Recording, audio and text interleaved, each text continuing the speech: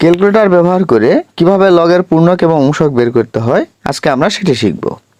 1 নম্বর অঙ্কটিতে বলা হয়েছে 0.00836 এর লগের পূর্ণক এবং অংশক বের করো।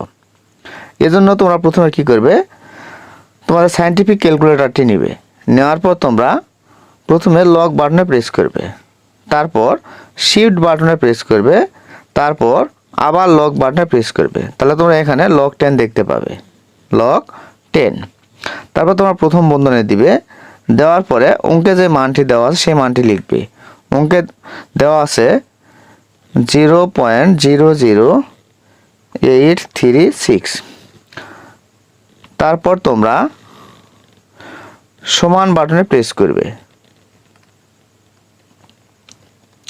তাহলে উত্তর আসবে 8.36 গুণন 10⁻³ তাহলে উত্তর আসবে হচ্ছে 8.36 গুণন 10⁻³ এখানে তোমরা 10 এর উপর যে সূচকটি দেখতে পাবে এটি হচ্ছে পূর্ণক, আর পূর্ণককে লেখা যায় -3 বা এভাবেও লেখা যায়।